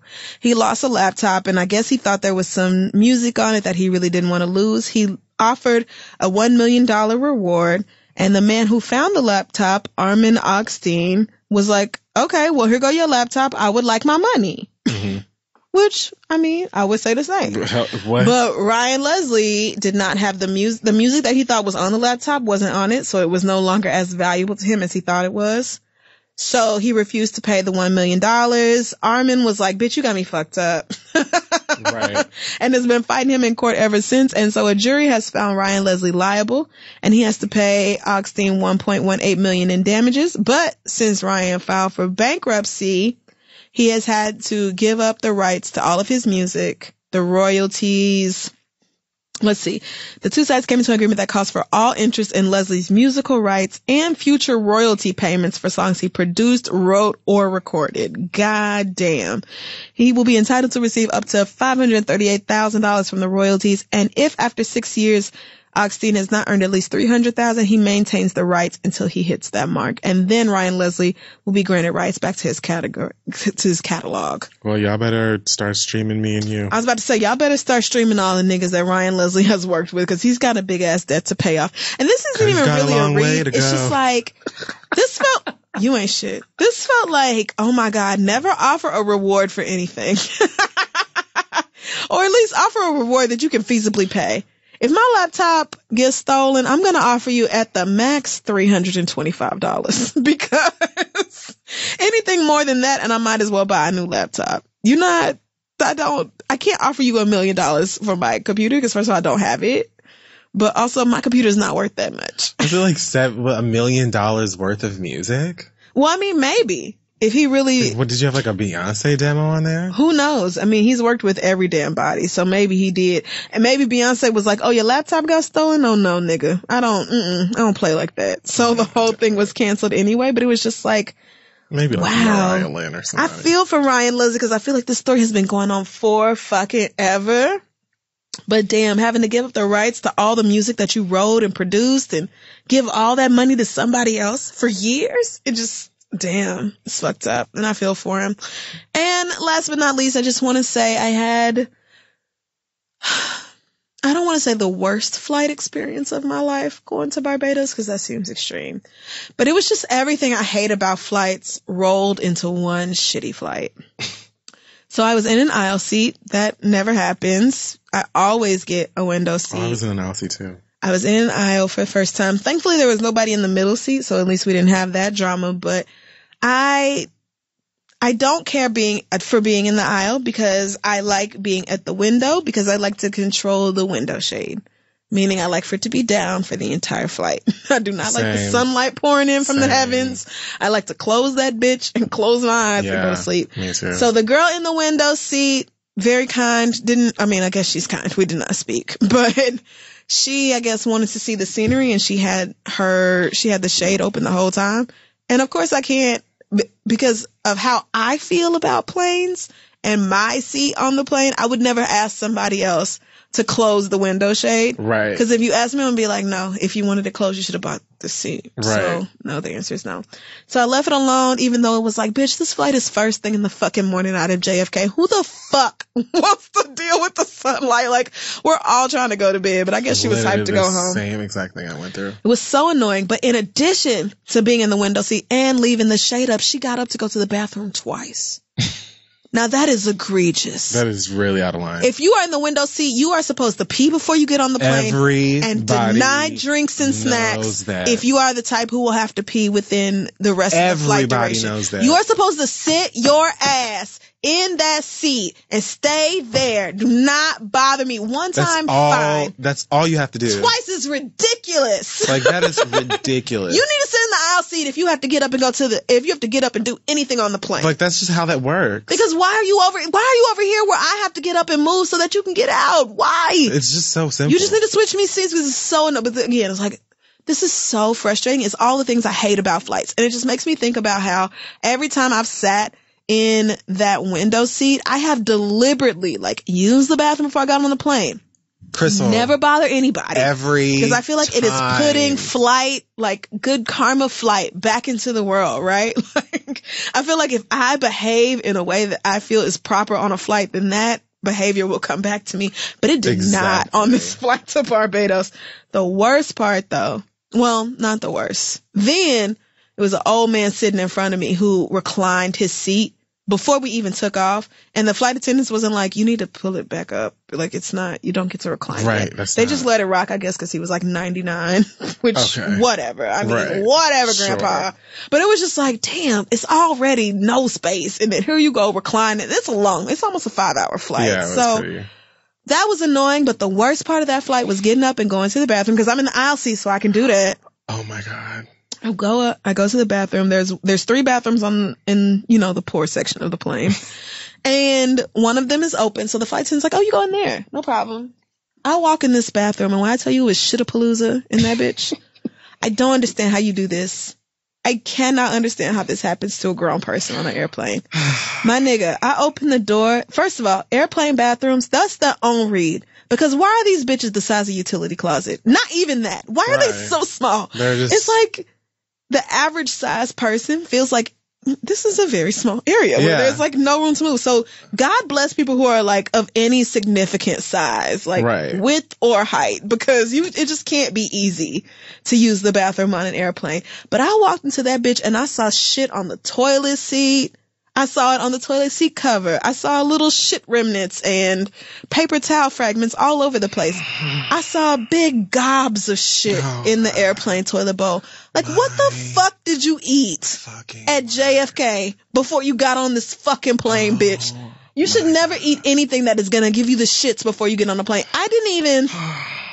Sometimes if a bathroom is not super gross, like if there's just a little pee on the toilet seat or whatever, I will wad up a bunch of toilet paper and cover my hand in some toilet covers and like wipe it up and then throw it all away, because it's not worth the drama otherwise, and then put a cover down and squat and be like, I'm just going about my business. But this was not something that I could clean up and move on from. No. It was chunks of shit, my nigga. Big mounds of shit. Oh my God. I walked out that bathroom. I wanted to be like, turn the plane around. I want to go home. This is bullshit. I told the flight attendant, look, I don't know if you remember who was last in there, but if I were you, I would go tap them on the shoulder and hand them a bill, because you don't deserve what's in that bathroom. Somebody came out of another one, so I went in that one. And when I came out, the black flight attendant was like, I had to go ahead and put this restroom out of order. I cannot fix that. Sounds like the right thing to do. No, but it was like she couldn't just go in there and clean it or whatever. It was like so bad. The shitapalooza was so awful that she had to just go ahead and shut down the bathroom for the rest of the flight and was like, maintenance will have to come do this when we land. And only because throwing it in rice isn't an option. And because somebody thought, you know what I'm going to do? Have a Chinese meal before I'm going to have Chinese food at JFK and then wash it down with some Starbucks. And a Jamba Juice. That's what that person did. They went to like a diuretic, right? They went to got all their faves. And Shake Shack, Dunkin' Donuts. Because I remember seeing Panda Express or something at JFK and us being like, it's a little too early for Chinese food. I remember. It's too early, but somebody said, fuck that, bitch. Now is a perfect time for lo mein, and I'm a lo mein on that ass. Ugh. Like, if you know that you have, trouble with your faculties. Right. You have to keep in mind that you're going to be trapped in the air for probably a significant amount of time. Hours. So gross. Why would you? I don't listen, when I tell you, if I get like a water or any little thing, like before I get to the gate, I pee in the bathroom before we get on the plane. Yes. And then when we get on the plane, I put my bag in the overhead, go pee again. I pee before I sit. Just to make sure. Like, I put my shit down, I go and pee again. And then I go to the window so that I never have to get up. And when I tell you, there have been countless flights where I've had to pee so bad and I hold it. Oh, just no, to be like, do that. Like. That's how you get kidney stones. Don't do that. No. But I feel you, because I will not get up during a flight either. I've gotten way more accustomed. God, it's so good. I've gotten way more used to flying so that I'm able to. You don't have like the panic attacks you used to have. You used to would not get up. I could not stand up if the plane ain't on the ground. Right. I remember those days. Right. So there was it wasn't even so much for like another person and, inconveniencing you. It was because I was deathly afraid of getting up, period. But. Right. I simply agree with you. Like, if I'm at the window, don't even ask. Don't ask. It was a full grown white woman and her husband. She was the window. He was the middle seat. I was the aisle, which I hate because people are fucking bumping into your shoulder. Yes. Oh my God. People kept running into my leg the whole, I'm like, how? I'm 5'3". How are you running into me? They push the cart into your shoulder. It is just hell I hate it. On earth. But it was like, she was the only window open for like 7 rows, like on each, like nobody else had the window open. It was like pitch black up there, except for this one beam of That's light. How I felt about my row. Coming from this window next to this bitch. And I'm just like, ma'am, I'm so tired. Right, I'm sleepy as fuck, It is girl. the ass crack of the day. I just want to go to sleep. And you are blinding me. Miss. Been there. I promise you, it's just the sky. Been like, there. It looked the same as it does from the ground, but you up. Bitch, it's literally the same clouds and shit. It's the same shit, bitch. Same shit. It's If you've been still on, have you been on a flight before? Then you've seen this already. Like, stop it. Stop it. Stop it. Or at least have the damn window up for, takeoff. And then put it down. And you can pull it back up the last little 10 minutes or whatever. Like, at least that. No. She wanted to have it open the whole time. Bitch, you ain't finna see nothing else out here. Right. Would you want to see the same sky and clouds over? But you know what? You have that seat so you can do that. I didn't say anything to her. I know. I'm just asking for you to sit your ass down and enjoy the fucking view for the whole flight. If that's how you feel, bitch, don't get up 2-3 times to do so. What you getting up for? Then you need to switch me seats. You need to switch me seats because I know how to sit and stay where the fuck I'm at. I don't get up over and over disturbing people during flights. I deliberately don't do that. For somebody to do that to me the first time I'm not in the window seat, I'm like, fuck etiquette.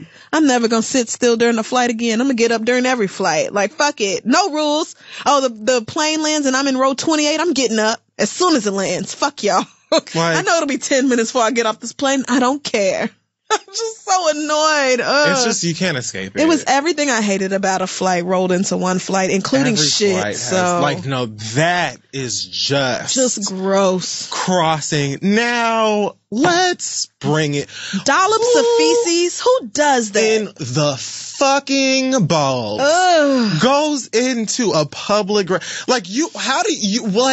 you did that at home, it would be disgusting I would be confused. Enough, right? Like, where were you aiming your booty hole that this happened? Like, how did it happen? And how did you get up after shitting and see that you left shit everywhere and just leave it like that? Left. The toilet seat was up. You didn't even close the toilet seat like, oh, it's so shameful, I won't look. Like, it was up. I walked in and I was accosted with shit. So not only... You wasn't like, I'll go ahead and flush again? Not only is this a public restroom. Oh! It is one of the only restrooms we have available for 5 hours. Right. Who the fuck do you think that you are? Bitch. Did you shit so hard that you took off? Like, did you have your own flight from the seat? When I tell you I wanted to find who did it, I was hoping the flight attendant would be like, oh, I think it was that man, just so I could go be like, shame. Shame on you and your house. I would have to, I wouldn't even speak to the damn pilot. I'm just getting on the microphone, whichever one of y'all had a bowel explosion. And you know who you are. You don't even have to come forward. I know who you are, and you know who you are. And bitch, I want you to know that you ought to be ashamed of your fucking self. That is trash. Ashamed.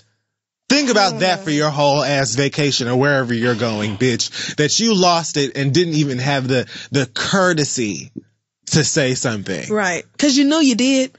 You could have walked out and told the flight attendant, look, y'all might just want to go ahead and shut that bathroom down now. Don't go in there. I'm so sorry. But somebody's going to have to handle that later. But you didn't do that. You decided to punish me. I would have lied and said that it was breaking international laws or something like that. To shit on a plane.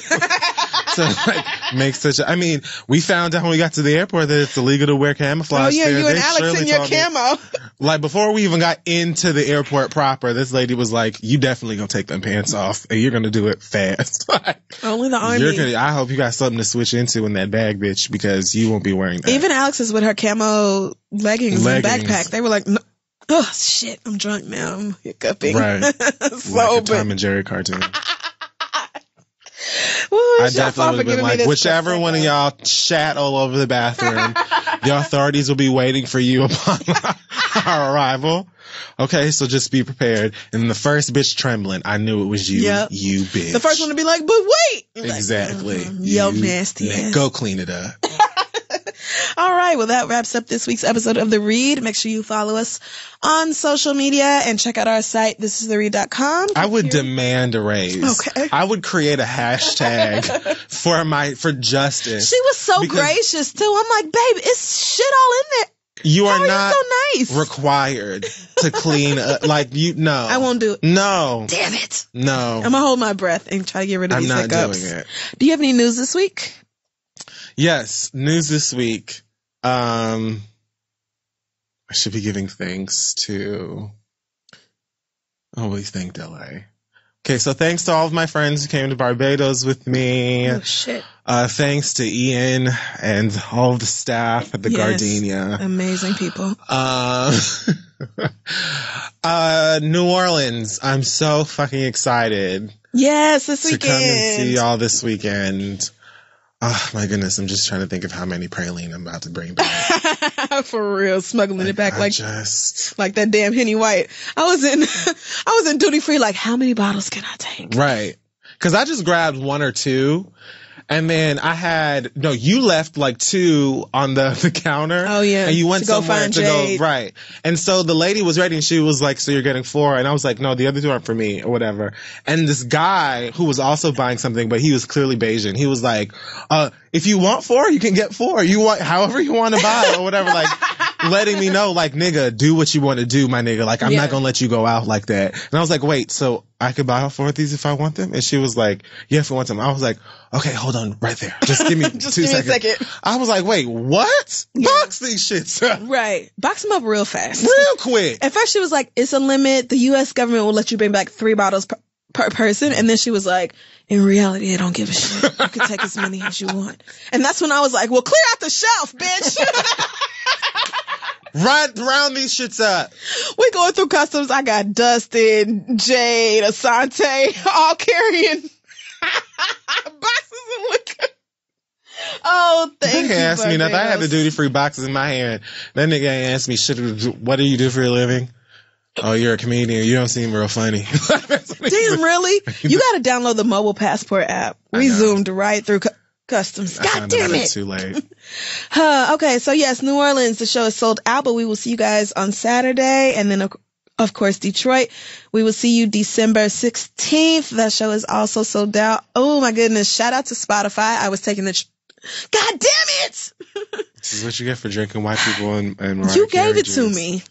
Oh, well. But anyway, I was taking the train to work today and I saw our Spotify ad at the 14th Street. That is so weird. Chambers, something. It was weird. I was like, so weird. That is like our fucking logo. Like right there for the whole city of New York to see. It was surreal. And brewed piss. Right. Thank you so much, Spotify, for the good look. Any other news this week or are we done? Do we have an acronym? The acronym this... Oh, I'm so over these fucking hiccups, man. Fuck my life. The acronym is... Well, I won't give you an acronym this week. I'll give you... Oh, wait. Before we do the acronym this week, we have to say thanks again to Planned Parenthood for supporting today's episode. They invite you to join them in the fight for affordable birth control. Affordable birth control. For all, because access to birth control shouldn't be a luxury. If you think birth control should be a right and not a privilege, then it's time to get loud. Text READ to 22422 and Planned Parenthood will text you ways to fight back. That's READ to 22422. No one should be able to take away your access to birth control, not politicians and not your boss. And also, you should be allowed to live a hiccup-free existence, which I clearly cannot right now. So red lips for my book.